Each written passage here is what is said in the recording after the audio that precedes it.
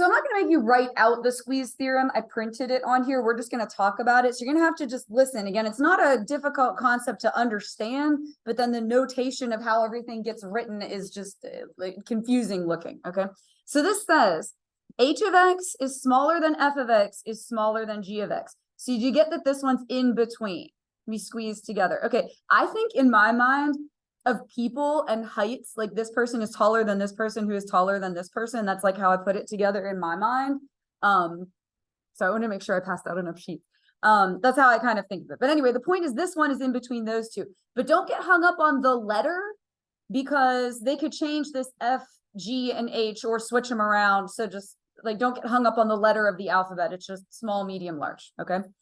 The limit as x approaches C. When you do a problem, C will be a number. Okay. Limit as x approaches something for h of x, that's the smaller one.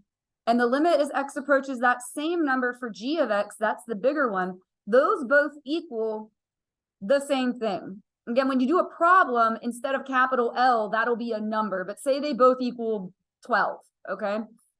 If this one equals 12 and this one equals 12, then the one in the middle also has to equal 12. I'm going to draw a picture just to give you a visual. And again, I'll try to color code, but here's what's going on. You have this value C, and then you have this output value, which they're calling L. And it doesn't matter if there's actually a point there. It could even just be a hole, because remember, a limit is behavior. But I'm going to color code H of X as my green one, and G of X is my purple one or pink one. And again, we'll see like, doesn't look any different. When I take a picture, at least it'll show up on Schoology correct. But here's h of x. H of x is going to do something like this. Okay. And g of x is going to do something like this. And then f of x goes through the middle. So do you see how the one on top and the one on bottom both go to the same place? The one that's stuck in the middle has to go to that same place as well. It gets squeezed together between them. Is this thought going through? Like, again, that's not complicated. It's just then when we go to read a problem, it's like, wow, what on earth are they saying? Okay, so you're going to have to fight through that. So number one, let f and g be these two functions. Okay, fine. And then this needs to be true. H is the one in the middle. Do you see how that's different from what it said up here? All right, so don't get hung up on the letter of the alphabet. Just go with what the problem says. So H is the one that's in between. We're talking about interval 1 to 5. It says limit as x goes to 3. Is 3 in between 1 and 5? Yes, okay, so that's all. You don't really need this. It's just 3 is in between those. What is the limit for 3 of h, the one in the middle? So there's two ways this can turn out. You're going to do the limit for 3 for both of these. If they're the same number, give me a number, I don't care. 3. Say they both come out to 3, then the answer's 3.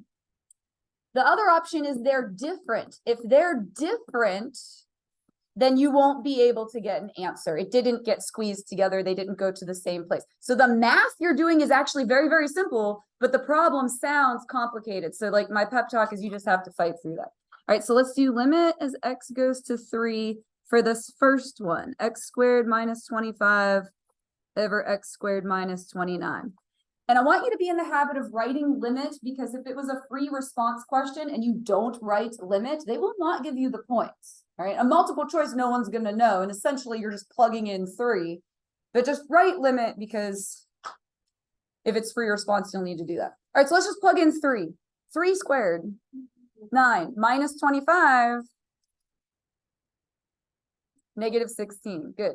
Denominator, 3 squared would be 9, minus 29, negative 20. All right, so negatives cancel, and then those will both divide by 4, so it'll reduce to 4/5. Okay, so we're halfway there. Then we're going to do limit as x goes to 3 for the other one, x plus 5 over 2x plus 4. And so yeah, again, essentially you're just plugging in 3, but write limit because it's just a good habit to be in. And we're going to plug in 3 for that one. So that would give you 8 over, what is that, 10? And so those both divide by 2. That'll reduce to 4/5. Oh my gosh, they came out to the same thing. So what does that mean our answer is? 4/5. All right. If the bigger one and the smaller one both go to 4/5, the middle one got squeezed in between, and it's also 4/5. So B as in Barracuda. Again, if they came out different, then you just would pick D. You can't get an answer. All right, let's look at the second one. Let f, g, and h be these functions. They all look super fun. All right, for x not being 0. All of the following things are true on the interval -1 to 1. Did you catch that? This isn't a true and false. They're telling you these things are all true. So they are all true. But which one could be used with the squeeze theorem to find the limit?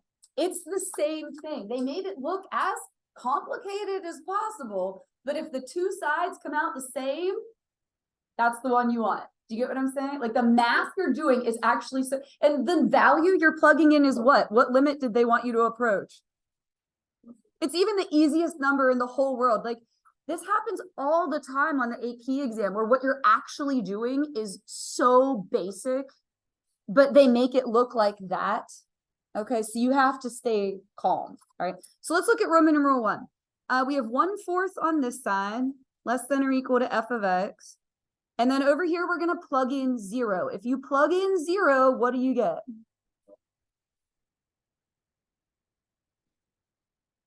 So this part would be 0 and then plus a half, so a half. So here's the $1 million question. Are the two sides the same?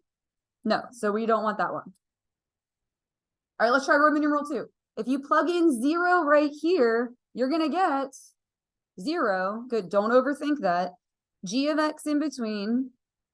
And then if you plug in 0 on this side, you're going to get 0. Are the two sides the same? Yes. Okay, so that one's the answer. Oh, wait, but actually it could be 2 and 3. So hold on, we have to check 3. If you plug in 0, oh, wait, hold on a second. What does that mean if you have a 0 denominator, like a value over 0? It means there's an asymptote. So if there is an asymptote, can you have that behavior? No. Okay, so it is not that one. We want 2 only, which again is B. So you're just testing each side, seeing if they come out the same. Same, great. If not, then you can't get an answer. All right, now this one's more a free response question. We're going to have to do a little bit of writing here just as a heads up. Again, the concept isn't difficult, but you're going to have to write a good bit. So functions h and g are continuous, and they both have a point at 5, 2. I'm a visual person, so I'm just going to graph that. Here's 5, 2. There's that point. I know that seems really basic, but it gives you a visual to grasp onto, and it makes it concrete instead of like not having something to look at. So I know that sounds really silly, but I just do that anyway. Like, okay, they both have a point 5, 2. If f is in between them on the interval 3 to 7, real quick, is 5 in between 3 and 7? So that's why they give you this. Otherwise, you don't need that at all. It's just saying the point we're talking about is in this interval, okay? Is f of x continuous at 5? Let's review. I know we had a 4-day weekend. Your definition of continuity has 3 rules. What's the first one? There's what? There has to be a point. The second one has to be a limit, and then they have to, okay, so we're going to go through those in order. So since, and this is going to be a little bit of writing and it's going to look scary just as a heads up. All right. So since h of 5, and leave a little space there because I'm going to put something there. Since h of 5 is smaller than f of 5, which is smaller than g of 5. And we're talking about 5, the x value 5. And again, that's why I draw this picture, because I know that seems really simple, but it helps you see that. This one's in between. And what did they tell us? Both of these equal, because they have to equal the same thing. Remember, both sides have to be the same. This side equals 2, and this side equals 2. I realize that's a really long statement, but you're allowed to link it together like that. So since f of 5 is in between these two, and those are both 2, then what? What do we get to conclude? Good. Since all that's true, f of 5 equals 2. Good job. And the reason I put a circle around, or like a box around that, is in my mind, I'm like, okay, we have the point. The first rule is good. We got a point. Next rule is limit, and this is where you're going to write a lot of limit notation. What do they tell us about the functions h and g? They tell us that they are, okay, so we have to say, since h of x and g of x are continuous. I accept CON as an abbreviation for continuous. You can write that on a test for me on the AP exam, just to be like really sure. I would write out the whole word. But since h and g are continuous, and I guess to be really thorough, we should say on this interval they gave. We're not really doing anything with that, but it's just the interval they gave. So since those are continuous on there, that means their point equals their limit. So limit as h approaches 5 for h of x is 2. And limit as x approaches 5, what was the other one? G of x is also 2. So since those are continuous, we know their limit's equal to as you approach 5. And since f of x was in between them, what do we get to conclude? If these are both true and f is in between them, what else has to be true? Good. Okay, perfect. You guys got it. So since all of this is true, limit as x approaches 5 of f of x equals 2.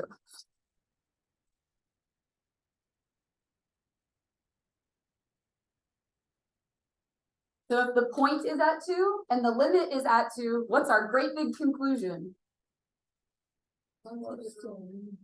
Well, what did they ask in the first place? It was, it's a yes or a no, essentially. Is it continuous?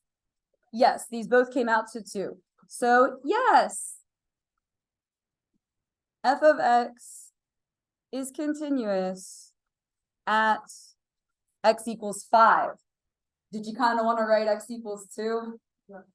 That's again why I draw this picture, and you can remind yourself that as x approaches 5, the x value is 5. That output value is just 2.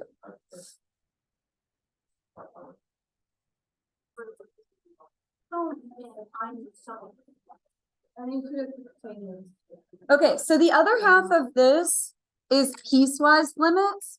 So here's the thing with piecewise limits, because essentially you're just plugging in a number. That's, again, the math that you're doing is very, very basic.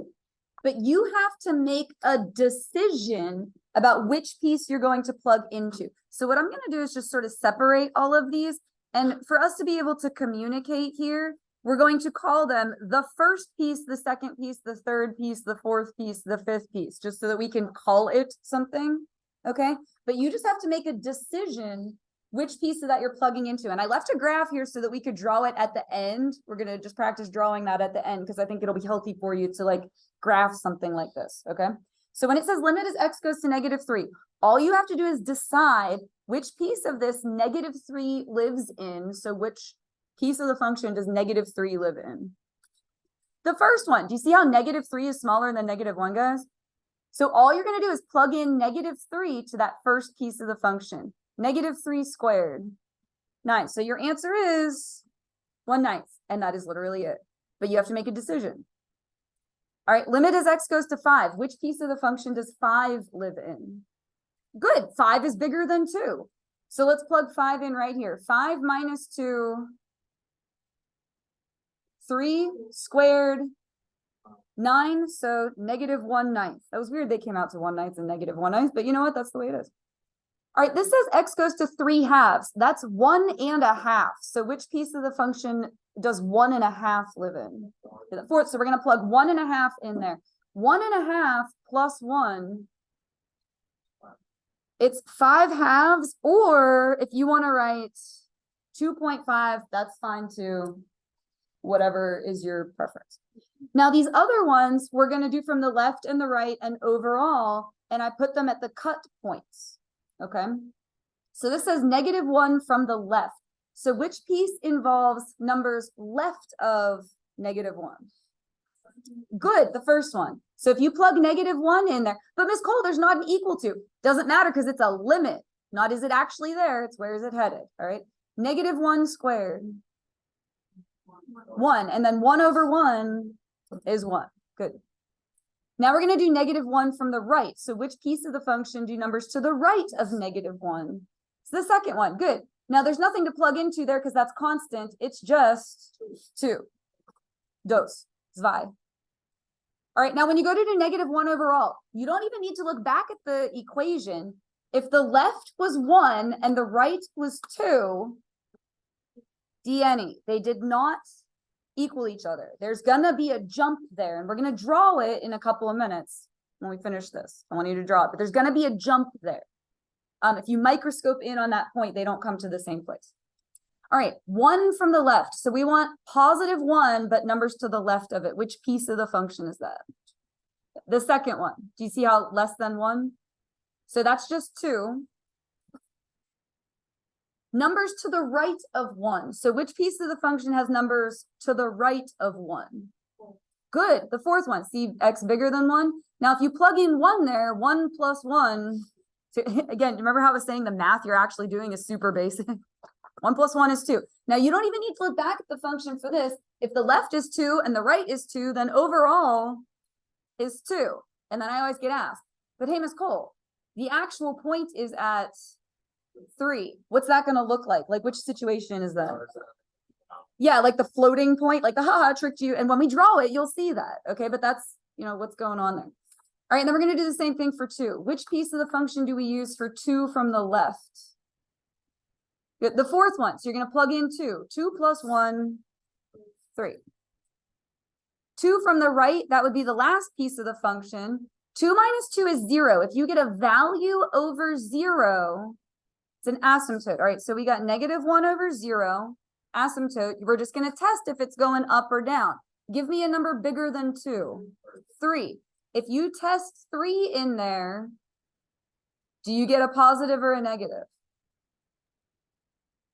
Just the denominator. Positive. Actually, anything squared is going to be positive. So we have a negative over a positive. So -infinity. Now for this one, you don't even need to look back up at the equation. If the left was 3 and the right was -infinity, that is very much DNE. And now I want us to draw it and put it all together because, again, I think that's healthy for you to just go ahead and draw this. Okay. So looking at this first piece of the function, we're going to plug in -1. But Ms. Cole, there's not an equal. That means we'll put an open circle. Okay. If you plug in -1, what do you get? 1. So at -1, 1, you can put an open circle. And you can only plug in numbers smaller than -1. So going to the left. So let's try -2. If you plug -2 in there, what do you get?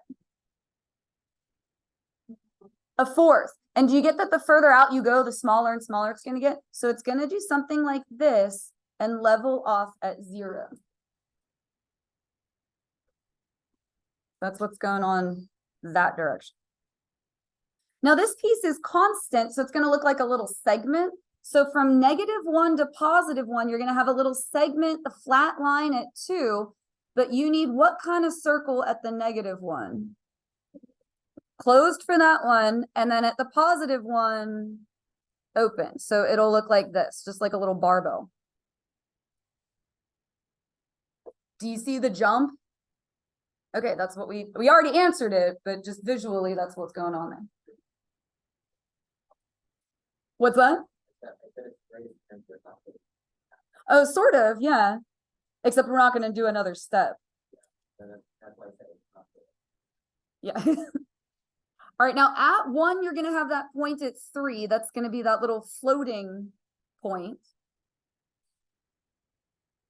And then you're going to have this function, x + 1, from 1 to 2. Now, if you plug in 1, 1 + 1 is 2. Do you remember how they're going to link up there at that hole? Okay, so it's going to link up there. And if you plug in 2, 2 + 1 is 3. So you get a point at 2, 3, and it's going to do something like that. So what you want to notice is these two pieces come to the same place. We found that limit at 2, but the actual point is somewhere else. And then this last piece is going to be super weird because there's an asymptote. We already found that there's an asymptote at 2. It's going to head downwards. So you can go ahead and like dot that in.